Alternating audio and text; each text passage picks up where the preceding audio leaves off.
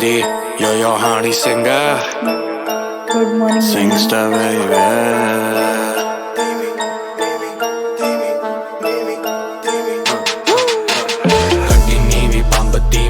Good morning, ma'am. Good morning.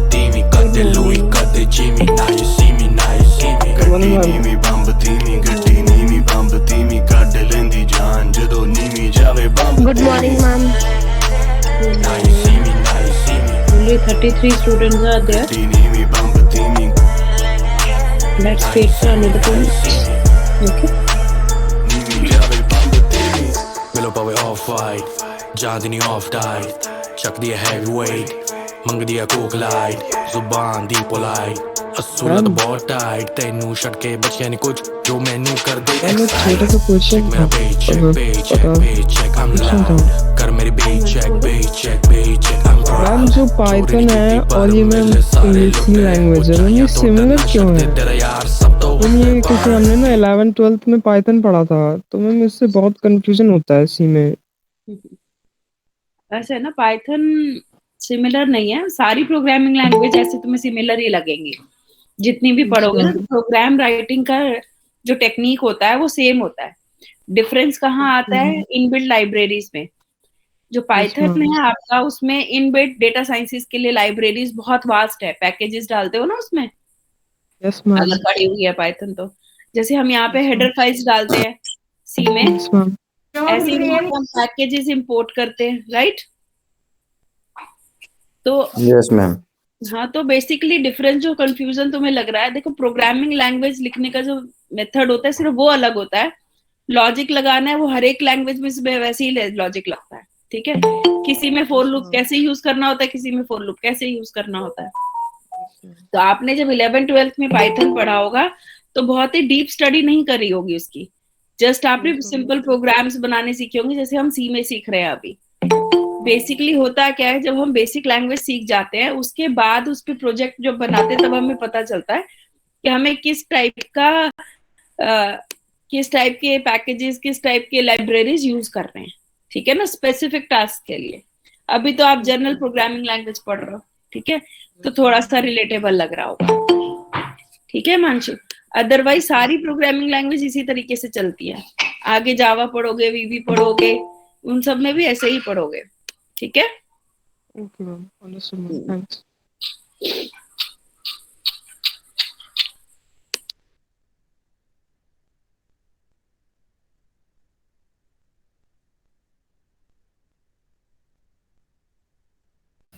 Good morning, ma'am. Good morning.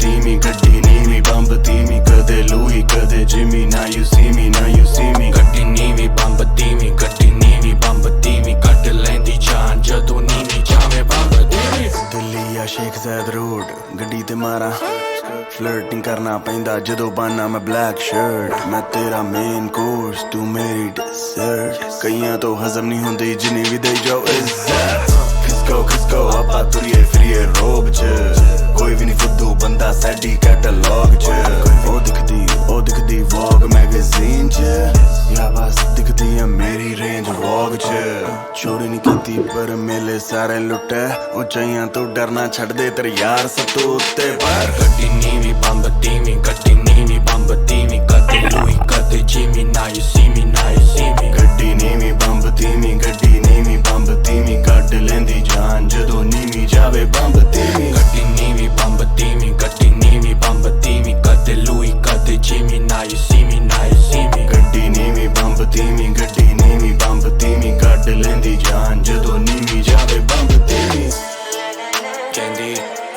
Johnny Singer, Singstar baby.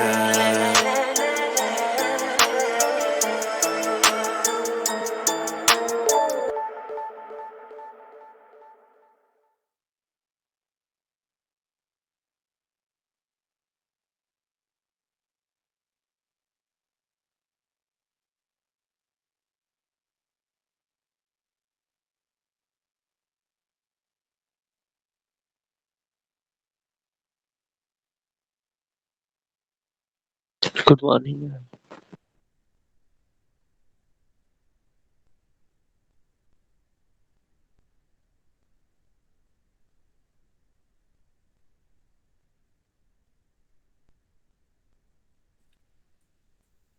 PPT visible है सबको? Yes ma'am. ऐसा तुमने यहाँ पे छोड़ा था वेरिएबल्स पे। एक बारी फिर से इसके रूल्स पढ़ो, इसमें कोई डाउट है तो पूछो। 2 मिनट लगाओ, दोबारा पढ़ो इसको।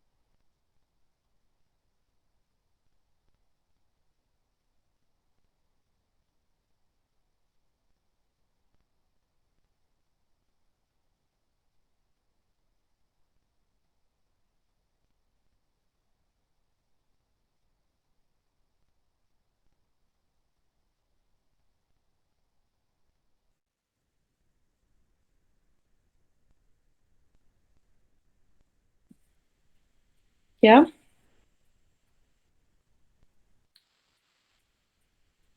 क्या कीवर्ड है?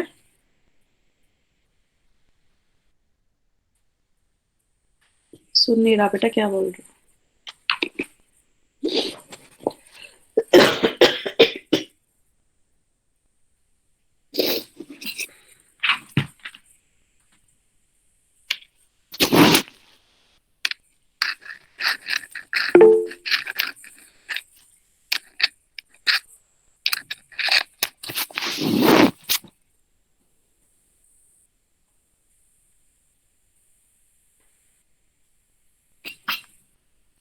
डिक्लेरेशन कैसे करते हैं डेटा उसकी, वेरिएबल की?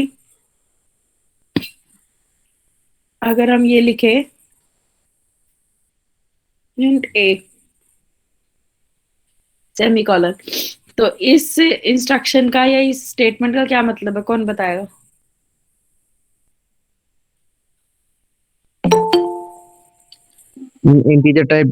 इंटीजर डेटा टाइप है और ए वेरिएबल है। हाँ, ए मैम मेमोरी में एक स्टोर ए नाम से एक वैल्यू स्टोर होगी है जिसमें इंटीजर आएगा। जिसमें एक वैल्यू कौन सी स्टोर होगी, जिसका टाइप क्या होगा? इंटीजर। इंटीजर। इंटीजर। ठीक है, इंटीजर टाइप। तो ये क्या है? Data type. और ये क्या है? Name of variable. ठीक है, तो दो काम करता है जब हम डिक्लेरेशन करते हैं किसी भी वेरिएबल की। It tells the compiler the name of the variable, ये मैं बहुत बार बता चुकी हूँ। पहली चीज क्या पता चलती है इससे, वेरिएबल का नाम क्या है। और दूसरी चीज क्या पता चलती है, डेटा किस टाइप का आप स्टोर कराना चाह रहे हो उस वेरिएबल में। ठीक है ना? अगर हम इसको ऐसे लिख दे कि इंट a इक्वल्स टू 10, तो अब इसमें और इसमें क्या डिफरेंस है? मैम उसमें इनिशियलाइज कर दिया। इसमें हमने वैल्यू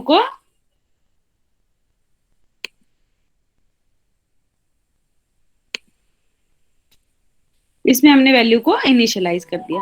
तो यहाँ पे एग्जाम्पल दे रखे हैं।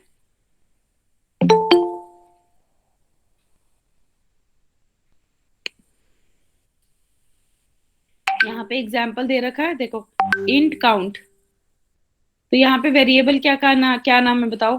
काउंट। काउंट किस टाइप का है? इंटीजर। यहाँ पे देखो, इस लाइन में देखो, int number total double ratio. बताओ कौन सा वेरिएबल है, कौन सा डेटा टाइप है?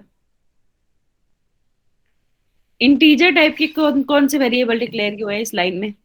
मैम नंबर और टोटल। हाँ, नंबर और टोटल टोटल टाइप के है। इंटीजर। और रेशो टाइप क्या है? रेशो डबल टाइप का। रेशो क्या है? डबल। Double type. ठीक है, यहाँ पे इनिशियलाइजेशन बताई हुई है, how to initialize a data type. यहाँ जैसे मैंने यहाँ पे इंट a इक्वल टू 10 लिखा है, ऐसे इंट x इक्वल टू 45 लिखा है। ठीक है, और यहाँ पे क्या हो रहा है? Int month length. ठीक है, अगर ये ब्रैकेट लग जाती है तो इसका मतलब क्या होता है?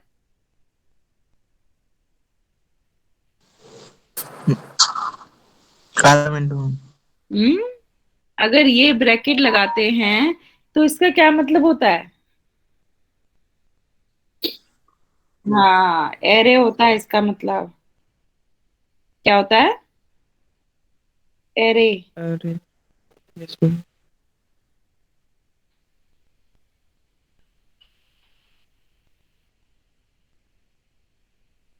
तो यहाँ पे एरे में कितनी वैल्यूज डाली हुई हैं बताओ? 7 1 2 3 4 5 6 7। तो साइज ऑफ एरे कितना हो गया? 7। 7। तो यहाँ पे अगर 7 नहीं लिखा है और उसको इनिशियलाइज कर लिया, क्योंकि ये मैंने जब तुम्हें पहले पढ़ाया था ना टॉपिक, तो मैंने ये वाला छोड़ दिया था। क्यों छोड़ दिया था? क्योंकि तब तक हमने एरे पढ़े नहीं थे। ठीक है, तो यहाँ पे देखो, एरे का नाम क्या है बताओ? इस वाली स्टेटमेंट को पढ़ो, एरे का नाम पढ़ो। Month length. Month length. ठीक है, और टाइप क्या है एरे का? इंटीजर। हमने यहाँ पे ब्रैकेट तो लगाई है, लेकिन इसमें साइज स्पेसिफाई नहीं किया। नहीं नहीं किया, है। लेकिन हमने उसको साथ के साथ क्या कर दिया? इनिशियलाइज कर दिया। यहाँ पे एरे इनिशियलाइजेशन बोलते हैं इसको। और उसमें क्या वैल्यूज पुट करी है? 23 34 43। ये वाली वैल्यूज 7 वैल्यूज पुट करी हैं। तो ऑटोमेटिकली ये एरे का साइज कितना ले लेगा? 7 ले लेगा। 7 ले लेगा। ठीक है, okay. Yes ma'am. Yes ma'am. Same, अभी हमने स्ट्रक्चर पढ़ा नहीं है, ठीक है, तो अभी मैं इसको एक्सप्लेन नहीं कर रही, लेकिन जब हम स्ट्रक्चर पढ़ लेंगे तब it will be a good example of structure. ठीक है, जैसे मैंने सिर्फ ये वाला एक्सप्लेन किया था आप लोगों को, फिर हमने एरे पढ़ा तो ये इजीली समझ आ गया होगा कि ये क्या लिखा हुआ है यहाँ पे। ऐसे ही जब हम स्ट्रक्चर पढ़ लेंगे तो उसके बाद ये वाला एग्जाम्पल समझ आएगा। ठीक है, ये जो स्ट्रक्ट रोल लिखा हुआ है। Yes class? Yes ma'am. Yes ma'am. The initialization of variable is a good process in programming. ठीक है, तो वेरिएबल क्या होता है और उसकी डिक्लेरेशन कैसे करते हैं, सबको क्लियर है?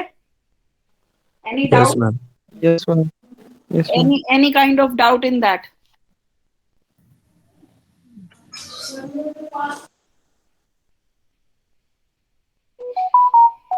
No?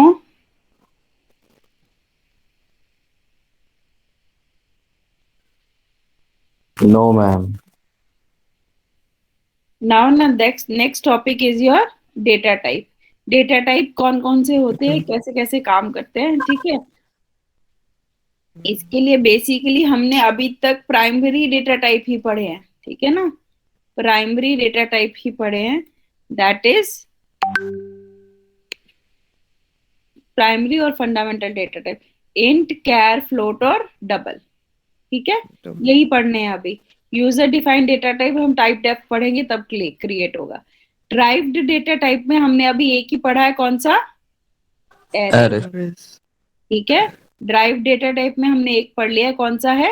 एरेज। और एम्प्टी डेटा टाइप क्या होता है? वॉइड। वॉइड क्या होता है?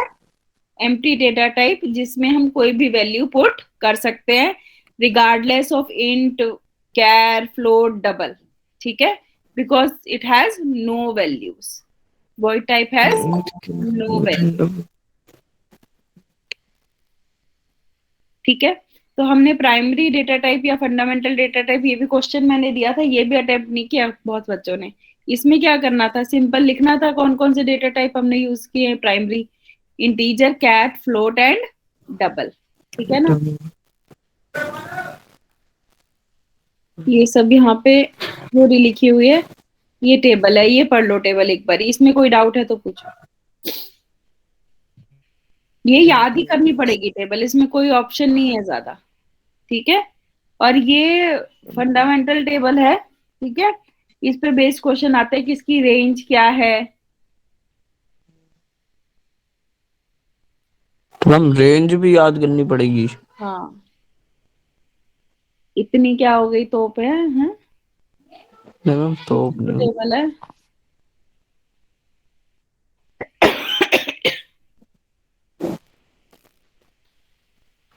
साइंड और अनसाइंड में डिफरेंस इतना है बस कि साइंड वैल्यू कहाँ से शुरू हो रही है, they are going from minus to plus.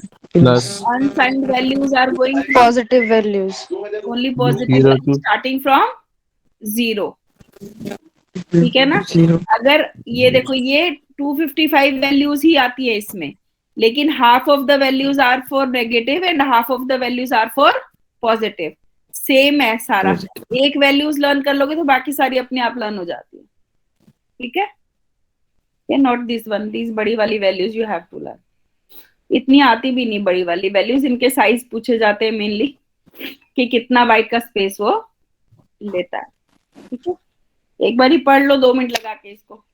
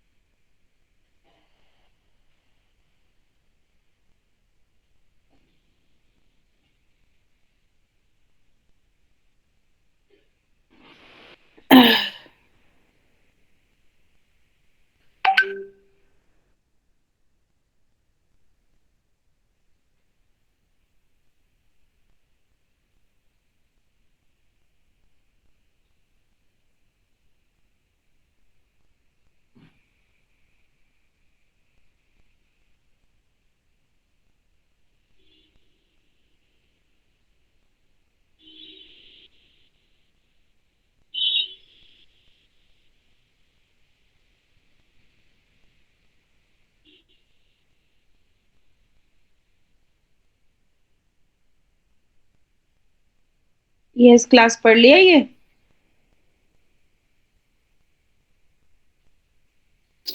Ma'am Yes, ये ma'am. ऊपर जो ऊपर में जो कॉमा कॉमा लगा है इसे क्या बोलेंगे? कौन सा कौन? मैम जो वैल्यूज में लिखा हुआ है, ये जैसे हम अपोस्ट्रोफी Oh, yes, ma'am. ओ, इसी की बात कर रहे हो? Yes ma'am. Apostrophe.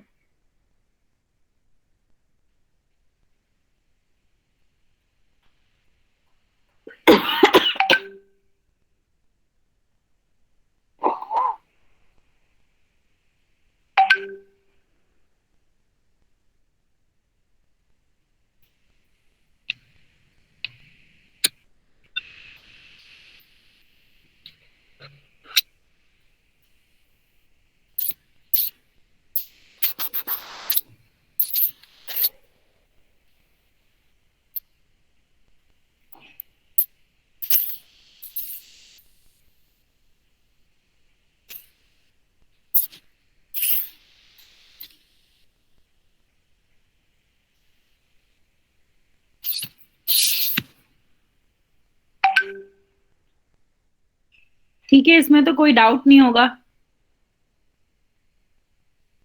Class? No ma'am. No, ma'am. No, ma'am.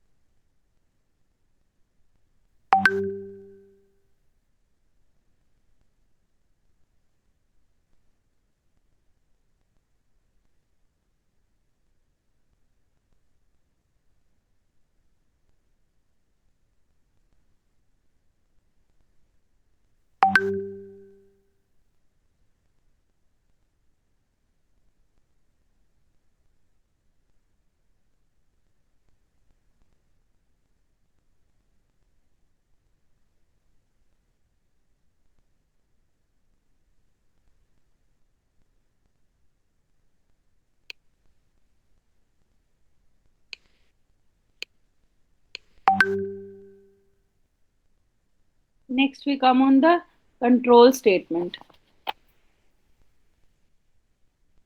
Hello?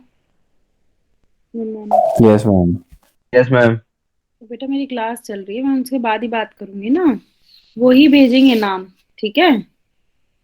6 semester की फीस आपकी तब तक जब कंप्लीट होगी तभी वो भेजेगा नाम, ठीक है? और नहीं तो वो कुछ एप्लीकेशन वगैरह लिखवा रहा है तो वही बात करेगा। अभी तो स्टार्ट ही हुआ है, कर लेगा फोन, वो हो सकता है रास्ते में, ठीक है?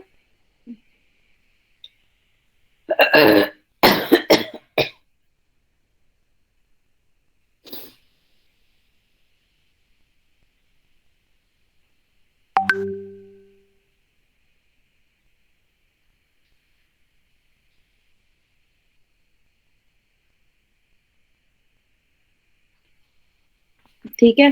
तो सिंपल सी का जैसे प्रोग्राम हम अगर लिखेंगे तो सबको पता है क्या क्या लिखना है। बताओ सबसे पहले क्या लिखोगे सी के प्रोग्राम में? सी का प्रोग्राम कहाँ से स्टार्ट करोगे बताओ? Ma'am header ma'am file hash से। Include hash file stdio header dot file h से हैश हेडर इंक्लूड फाइल्स लगा के stdio dot h ठीक है ना? तो हमने लिखा हैश इंक्लूड, ब्रैकेट लगाई, स्मॉल ब्रैकेट बोलते हैं इसको, फिर लगाया stdio.h। ठीक है ना? तो यहाँ से प्रोग्राम हम अपना लिखना शुरू करते हैं। इंक्लूड क्या है? कीवर्ड है। क्या इंक्लूड करेगा? ये वाली हेडर फाइल के जो फंक्शंस हैं वो उसको इंक्लूड करेगा। ठीक है ना? फिर क्या लिखते हैं? main दूसरी हेडर फाइल ऐड कर दो। हाँ, जितनी भी हेडर फाइल्स ऐड करनी है यहीं पे ऐड होंगी सारी। अभी तो जी हमने दो ही पढ़ी है ना, इंक्लूड stdio, इंक्लूड कॉनियो। आगे हम टाइप डेफ वगैरह करेंगे तो वो भी सब यहीं पे इंक्लूड होगा। उसके जी बाद आप लिखते हो मेन। जी। ठीक है। फिर मेन के बाद आपने ब्रैकेट करली ब्रेसेस स्टार्ट किए। फिर यस मैम, वेरिएबल डिक्लेयर फिर करेंगे। आप कोई भी वेरिएबल डिक्लेयर करते हो। फिर इंट ए किया, बी किया, सी किया और बंद कर दिया। स्टेटमेंट क्लोज किससे होती है? semicolon semicolon. ठीक है। उसके बाद इन केस आपने ए प्लस बी का प्रोग्राम लिखना है तो सी मैम को, वैल्यूज इनपुट कराएंगे मैम फिर। हाँ स्कैन एफ करा लो, printf प्रिंट एफ करा लो। ये किसके बैकग्राउंड में नॉइज है इतनी? बेटा कहीं थोड़ी सी शांत जगह पे बैठ जाया करो। तो ये हमने यहाँ पे प्रिंट एफ लिखा। प्रिंट एफ फंक्शन कहाँ पे, किसकी कौन सी हेडर फाइल्स में होता है? stdio तो ये क्या है? ये खाली फंक्शन कॉलिंग हो रही है यहाँ पे। फंक्शंस तो पढ़ाया है ना मैंने। तो प्रिंट यस एफ मैम। यहाँ पे क्या हो रहा है? सिर्फ फंक्शन कॉल हो रही है। ठीक है ना? जी मैम। इसका डेफिनेशन कहाँ लिखा हुआ है? stdio की लाइब्रेरी में। लाइब्रेरी में लिखा हुआ है। ठीक है ना? तो प्रिंट एफ के अंदर हम ये सेमीकोलन, ये वाला कोट मार्क्स लगाते हैं। कोट मार्क्स के अंदर जो हम लिखेंगे वो as it is output screen पे प्रिंट हो प्रिंट हो जाएगा। जाएगा। ठीक है ना?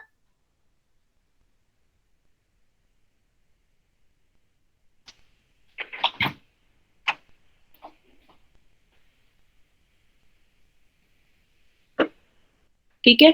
तो अब हमने ये लिखा enter the value of A B. बस ए बी की वैल्यू एंटर करा ली। इसके लिए क्या करोगे? स्कैनएफ। स्कैनएफ क्या स्कैन करता है? स्कैन कराता मैम यूजर से वैल्यू। यूजर से वैल्यू लेगा। यहाँ पे क्या करेगा? Percentile D. अगर कितनी वैल्यूज ऐड करानी है उतने परसेंटाइल डी लगाने पड़ेंगे। ठीक है ना? Yes ma'am. कंट्रोल स्ट्रिंग होती है। इंट के लिए क्या कंट्रोल स्ट्रिंग यूज करते हैं? Percentile D. कैर के लिए क्या यूज करते हैं? परसेंटाइल सी। c फ्लोट के लिए क्या यूज करते f हैं? एफ। एल ठीक है डी। ना? ये बंद कर दिया। उसके बाद कॉमा लगा दिया। फिर लिखा n% a, a n% b n% बंद किया और सेमीकोलन। ठीक है ना? यहाँ पे इसका क्या मतलब है? मैम एड्रेस ऑपरेटर है मैम। मैम एड्रेस बता रहा है एड्रेस पे वैल्यू बता रहा है। Yes ma'am. ये ए है। वैल्यूज कहाँ पुट करनी है उसका एड्रेस है। एक मिनट। हेलो, हाँ बोलो। क्या नाम है? क्या हुआ सक्षम? बोलो। लीड के हो ना आप? बेटा प्रशांत सर से बात करो, फीस जमा नहीं हुई होगी तुम्हारी 6 सेमेस्टर तक की। हाँ ठीक है।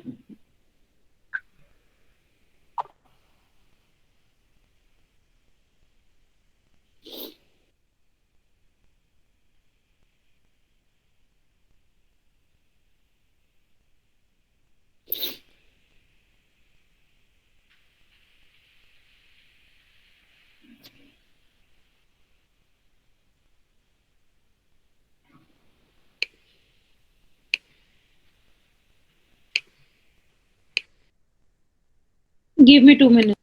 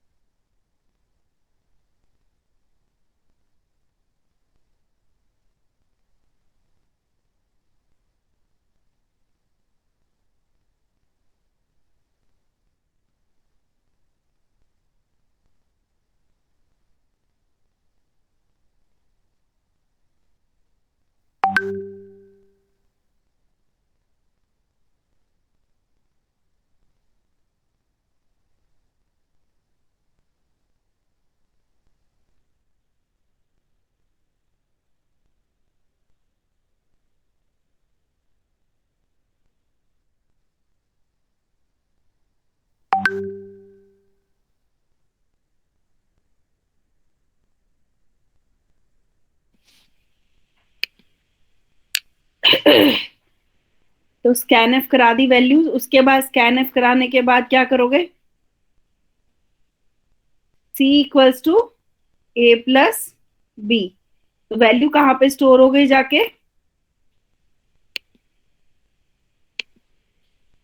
क्लास आवाज आ रही है? Yes ma'am. ओके। तो वैल्यूज कहाँ स्टोर हो गई जाके? ए और बी की, जो आपने यहाँ पे स्कैन कराई है, सी में स्टोर हो गई। उसके बाद क्या करोगे? प्रिंटफ। प्रिंटफ। किसकी वैल्यू प्रिंटफ कराओगे? सी। सी की वैल्यू प्रिंटफ कराओगे, ठीक है। और लास्ट में ब्रेसेस बंद कर दोगे।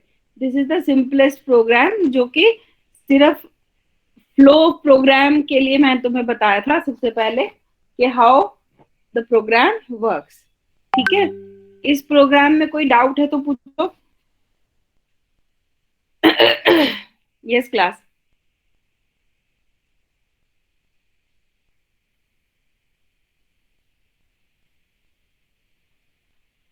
इसमें कोई डाउट है? ठीक है।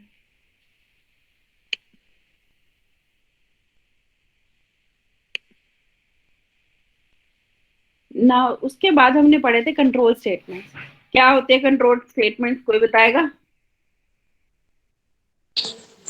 That control flow program. Controls the flow of program. How it controls the flow of program and why it is necessary to control the flow of program. ठीक है, बताओ। डिजायर्ड आउटपुट के लिए मैम यूज होते हैं सब चीजें।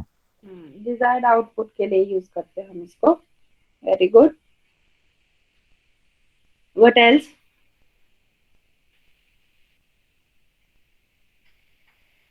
जो फ्लो है प्रोग्राम का, वो किस तरीके से चलता है अगर हम कंट्रोल स्टेटमेंट्स ना लगाए तो?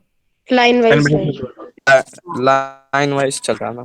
हाँ, तो one instruction after another in the sequence, ठीक है ना। सीक्वेंस में चलता है और 1 by 1 चलता है। अगर हम कंट्रोल स्टेटमेंट एग्जीक्यूट ना कराएं तो, ठीक है ना। अगर हम कंट्रोल स्टेटमेंट नहीं देंगे तो फिर फ्लो ऑफ कंट्रोल सीक्वेंस में चलता रहेगा, ठीक है, तो 3 टाइप के कंट्रोल स्टेटमेंट्स होते हैं, selection and branching, iterative and jump statements. कौन बताएगा सिलेक्शन और ब्रांचिंग का क्या मतलब है?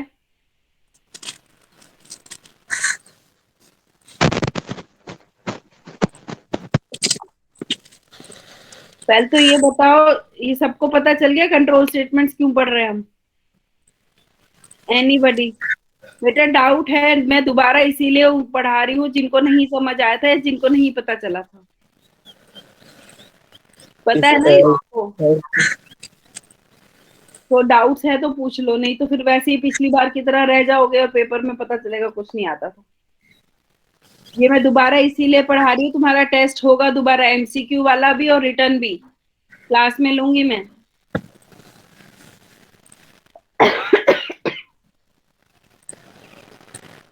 ठीक है, जो बच्चे फेल हुए हैं उनके पास अपॉर्चुनिटी है कि वो पास हो जाए, नहीं तो फेल वाले ही नंबर लगेंगे, फाइनल मार्क्स होते हैं तुम्हारे यूनिवर्सिटी जाते हैं। जी मैम।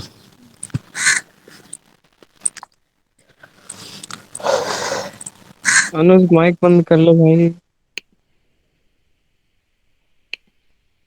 तो जब कंट्रोल स्टेटमेंट चलता है ना, तो इस इंस्ट्रक्शन के बाद हम इसको एग्जीक्यूट करते हैं, इसके बाद इसको इसको इसको ऐसे वन बाय वन एग्जीक्यूट करते रहते हैं, जब तक कि हमें कोई भी कंट्रोल स्टेटमेंट एनकाउंटर नहीं हो जाती।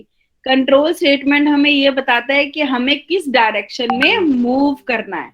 ठीक है, जब हमें कंट्रोल स्टेटमेंट ये बताता है कि हमें किस डायरेक्शन में मूव करना है, तो उसके लिए हमें कोई कंडीशन लगानी पड़ती है।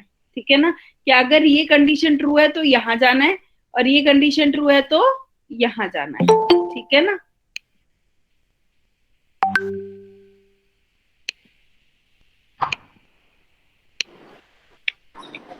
अब जैसे अगर हम फ्लो चार्ट बनाएं तो ये वाला डिसीजन वाला होता है आपका। ठीक है, if i is less than 5, अगर ये कंडीशन ट्रू है तो हम यस की तरफ जाते हैं और ये वाला प्रोसेस करते हैं।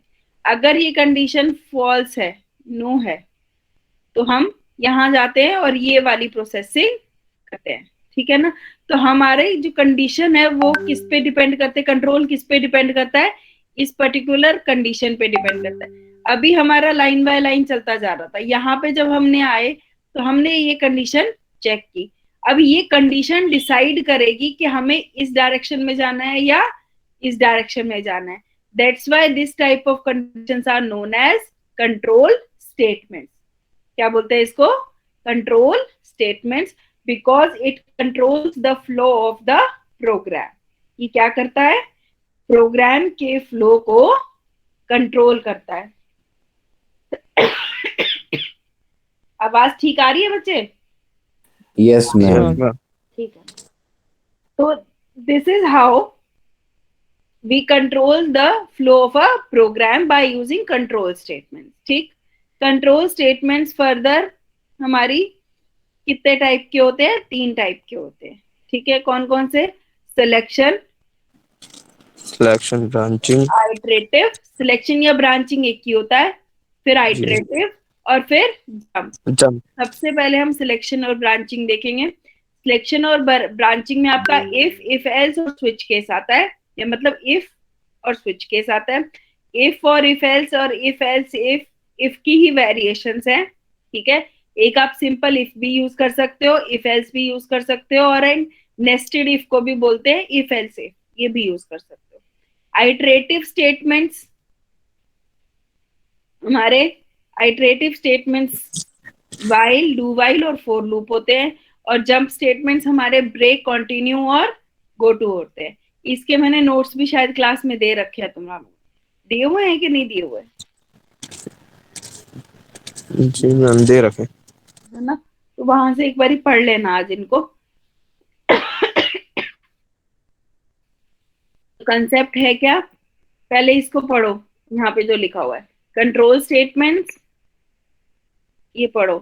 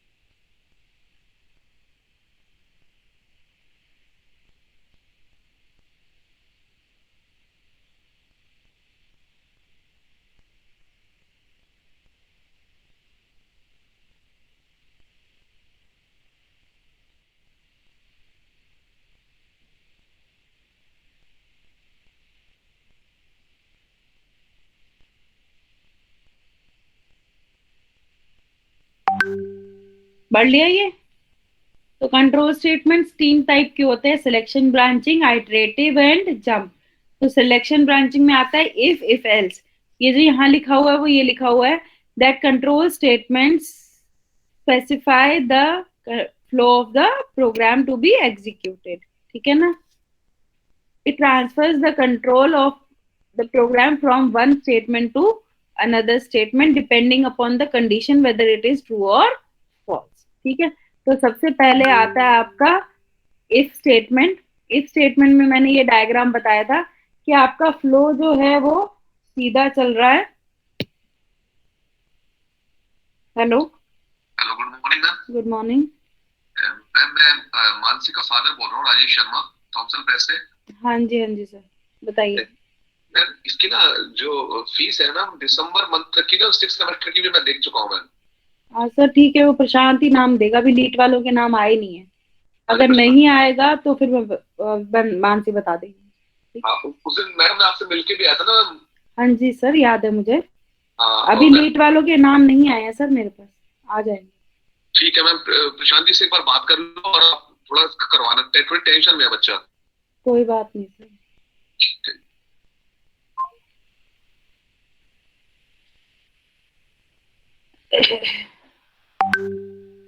तो इफ स्टेटमेंट है, तो इफ स्टेटमेंट का डायग्राम यहाँ पे देखो। यहाँ पे प्रोग्राम कंट्रोल फ्लो चल रहा है। This is condition. यहाँ पे you have to check the condition.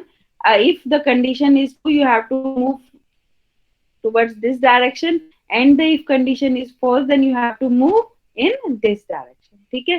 तो अगर if का आता है तो ये वाला फ्लो डायग्राम आपको बनाना पड़ेगा। ठीक है?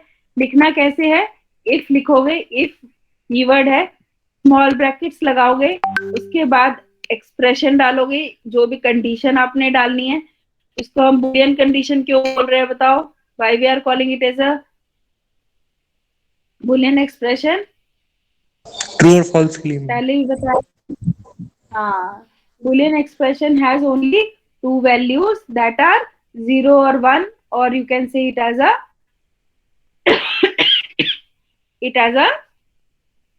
boolean true and false। ठीक है? boolean में दो ही टाइप की वैल्यूज आती है इवेल्युएट होके, whether it is 0 means it's false and 1 means true। ठीक है? ये पढ़ो। If the boolean expression evaluates to true, then the block of the code inside the if statement will be executed. If the boolean expression value to be false, then the first set of code after the end of the if statement, that is after the closing of curly braces, will be executed। ठीक है? अब इसका कहने का मतलब क्या है? हमने if statement लिखा है, यहाँ पे हमने कंडीशन डाली कि if I is greater than 5 करली ब्रेसेस, हमने ये वाली लाइन ऑफ कोड्स लिखी जो एग्जीक्यूट होनी चाहिए, करली ब्रेसेस हमने बंद कर दिए। फिर यहाँ पे कुछ और लाइन ऑफ कोड्स है। ठीक है? अगर ये कंडीशन ट्रू होती है तो ही वो लूप में जाएगा। लूप में जाने के बाद ये वाली कंडीशन एग्जीक्यूट करेगा। अगर ये कंडीशन फॉल्स होती है तो वो इस वाली ब्रैकेट के अंदर नहीं जाएगा, सीधा कंट्रोल कहाँ ट्रांसफर कर देगा? जहां पे करली ब्रेसेस खत्म हो रहे हैं, कंडीशन खत्म हो रही है, उसके बाद वाले लाइन ऑफ कोड को एग्जीक्यूट करेगा। इस लाइन को दोबारा पढ़ो, इसको दोबारा पढ़ो।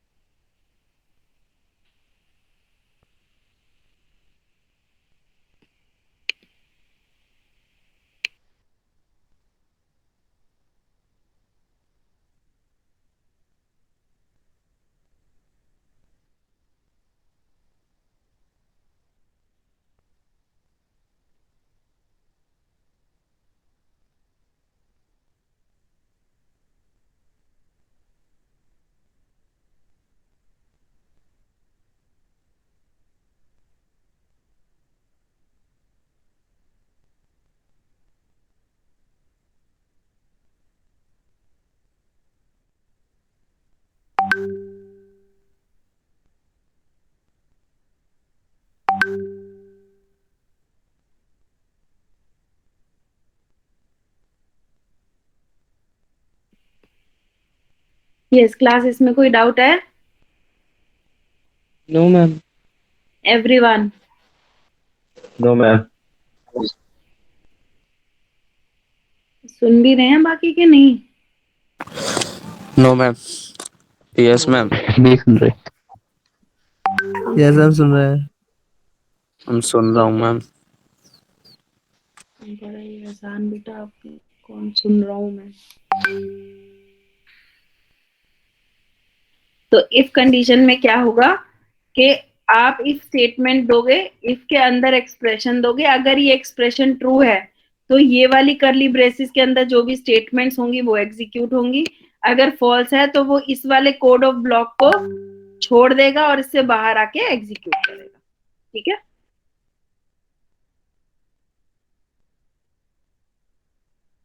एग्जाम्पल देख लो इसका। If a is equal to 10, a की वैल्यू कितनी इनिशियलाइज की है? 10. 10. कंडीशन में a वैल्यू कितनी पूछ रहा है? 20 छोटी पूछ। a is Less than 20. Less than 20।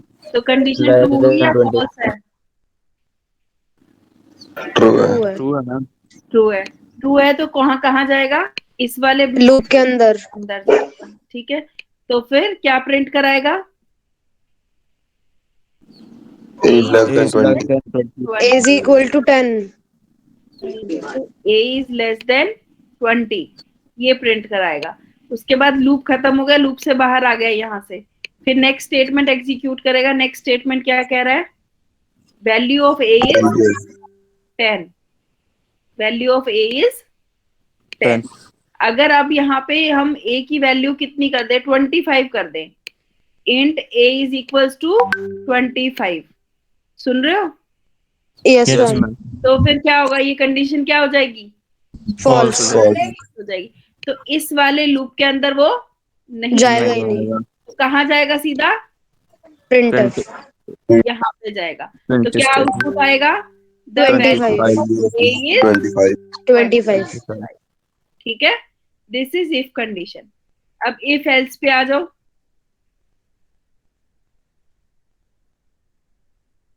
देखो डिफरेंस कहाँ है? डिफरेंस यहाँ पे है, देखो।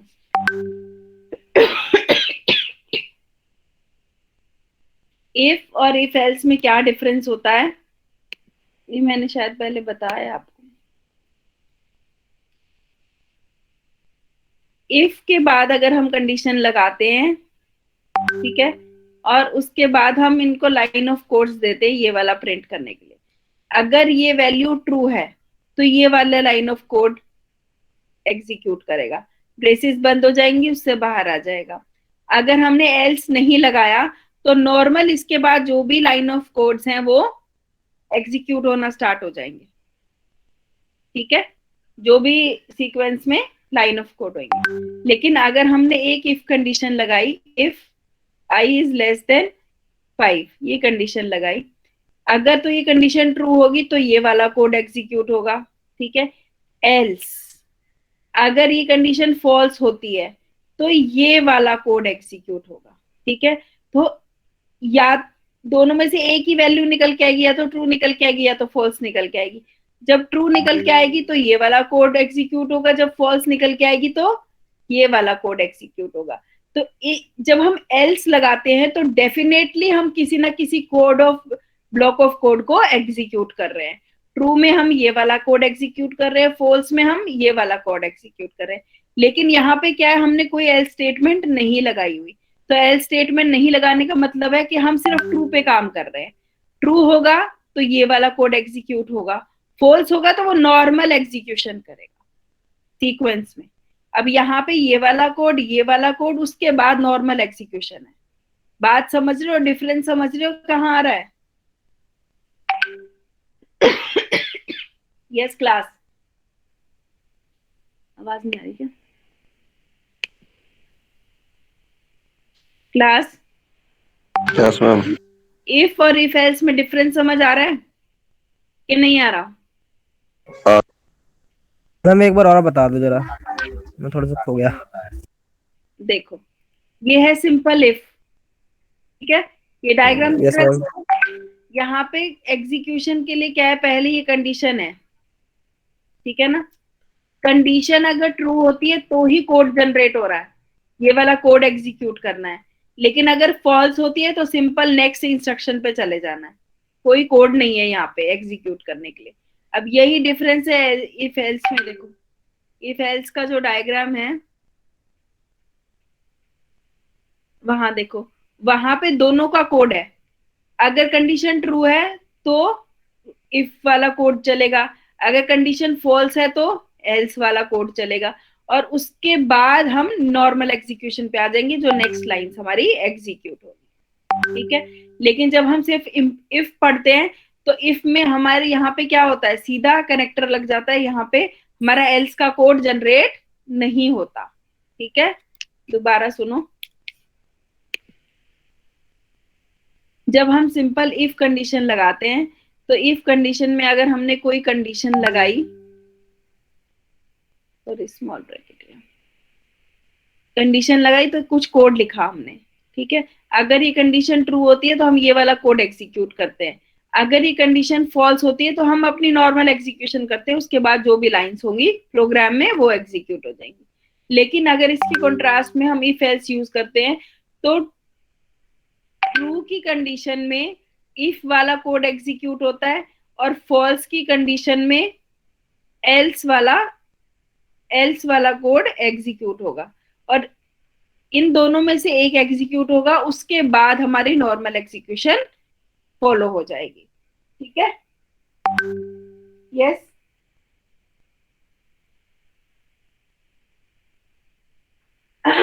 Yes class, Yes, ma'am. Doubt है क्या इसमें कुछ? ये तो सिंपल बात है। No, ma'am. डाउट है मेरे इसमें को कुछ? एक बार नो और मैम। मैं एक बार बता दूं मैम। हाँ एक बार और बता देती हूँ। कहाँ डाउट आ रहा है मांशु? मैम ये ट्रू के बाद जो फॉलो अप आ रहा है ना, इसका वो समझ नहीं आ रहा मेरे को कि वो ट्रू पे ही जाके आगे क्यों बढ़ रहा है, उससे पहले क्यों नहीं कर रहा, जो सीक्वेंस में चलाते हैं। तभी तो ये कंट्रोल स्टेटमेंट हुई, हमने कंट्रोल स्टेटमेंट लगाई इसलिए ताकि हम फ्लो ऑफ सीक्वेंस को कंट्रोल कर सके, ठीक है। अब ये हमें जरूरत क्यों पड़ती है, एग्जाम्पल लेते हैं ग्रेटर ऑफ टू नंबर्स का, ठीक है। ग्रेटर ऑफ टू नंबर्स में हमें देखना पड़ता है कि ए इज ग्रेटर देन बी और नॉट, कंडीशन लग गई ना यहाँ पे हिमांशु? Yes ma'am. तो अगर हमें ग्रेटर ऑफ टू नंबर पता करना है तो हमें कुछ ना कुछ कंडीशन लगानी पड़ेगी। सिंपल उससे बता दोगे, सिंपल प्रोग्रामिंग से नहीं बता पाओगे ना। तो अगर दो नंबर एंटर कराए तो हमने इफ कंडीशन लगाई ए इज ग्रेटर देन बी, ठीक है। ए की वैल्यू हमारी 10 थी और बी की वैल्यू हमारी 20 थी, ठीक है। हमने एंटर कराई, हमने कंडीशन लगाई if A is greater than B, if condition लगा दी, और इसके अंदर लिखा अगर ही कंडीशन ट्रू होती है then printf A is greater, ठीक है। खत्म हो गई बात। अगर ये कंडीशन ट्रू होगी तो ये ऑटोमेटिकली कहां चला जाएगा, print F A is greater. लेकिन फॉल्स के लिए हमें कुछ और कोड लिखने की जरूरत नहीं है। फॉल्स के लिए अपने आप ये बाहर आके क्या लिख देगा, प्रिंट एफ क्या लिखेगा बताओ? B is greater. B is greater than A. तो यहाँ पे हमें एल्स यूज करने की जरूरत नहीं पड़ी। क्यों नहीं जरूरत पड़ी? क्योंकि हमें बस दो ही वैल्यूज हैं। अगर ये कंडीशन ट्रू कहता है तो हमने सिर्फ ए को प्रिंट कराना है, और फॉल्स कहता है तो वो नॉर्मल एग्जीक्यूशन पे जाएगा, बी को प्रिंट करा देगा। अगर हमें इसी कॉन्ट्रास्ट में 3 डालने हो, जैसे मैंने ग्रेटर ऑफ 3 नंबर बताया था, c इक्वल्स टू 30, ठीक है। तो अगर ये कंडीशन फॉल्स होती है तो वो एल्स में जाएगा। एल्स में क्या चेक करेगा, is B is greater than C. तो मतलब हमें एल्स लगाना पड़ेगा, क्योंकि हमें ए को बी से कंपेयर किया, फिर बी को सी से कंपेयर किया, ठीक है। In that case else is necessary, और यहाँ पे चेक करके फिर वो बाकी बाद में नॉर्मल एग्जीक्यूशन पे जाएगा। मैम फिर इसमें एक और इफ भी तो आएगा, सी और ए का। हाँ बेटा आएगा, अभी तक तो इतना सुन लो। हिमांशु को समझा रही हूँ, ठीक है।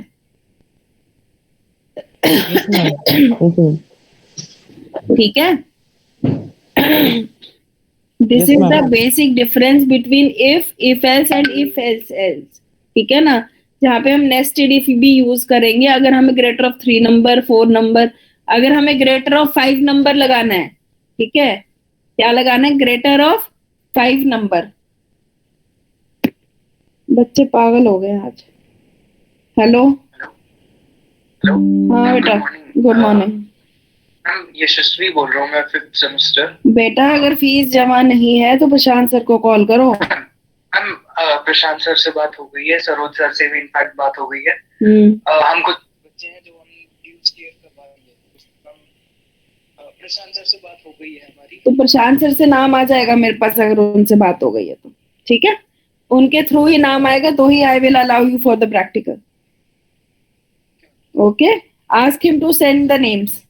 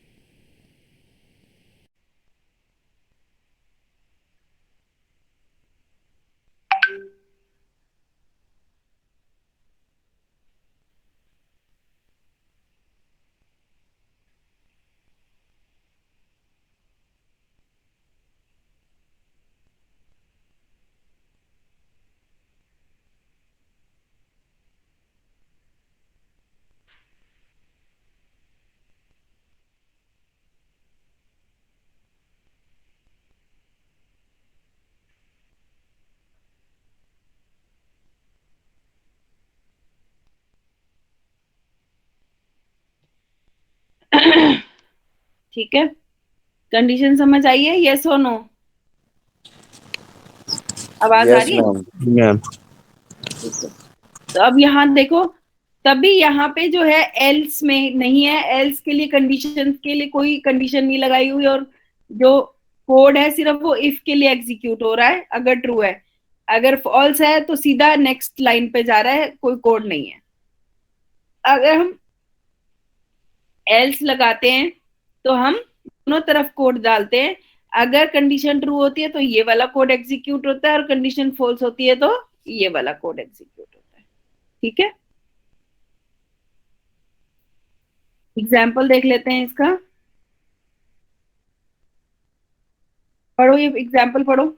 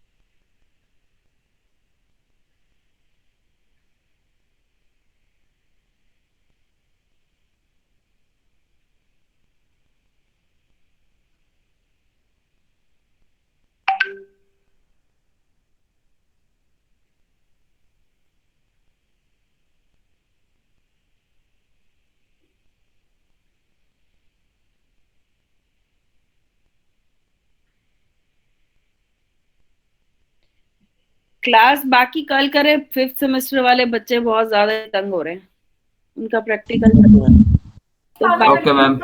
Okay ma'am. ठीक है ना। और मैं एक बार पहले अटेंडेंस ले लूं आपकी। वैसे जी मैम। 10 मिनट ही रह गए ना लेक्चर को। जी मैम। मैं अटेंडेंस ले लेती हूँ बेटा एक बारी आपकी। लैब का है ना।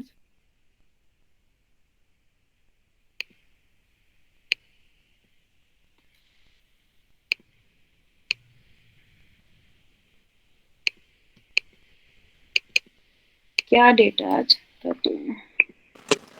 13 आज तो लोहड़ी है। हैप्पी लोहड़ी।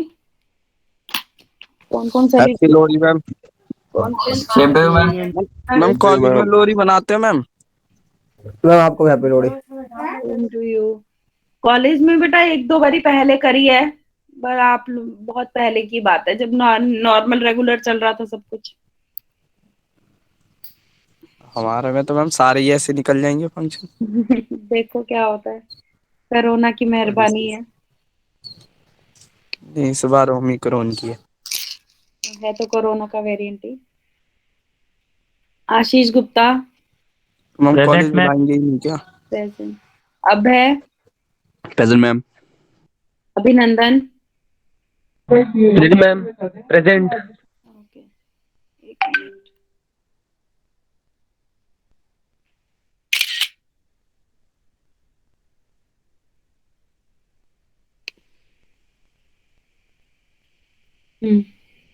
अभिषेक कुमार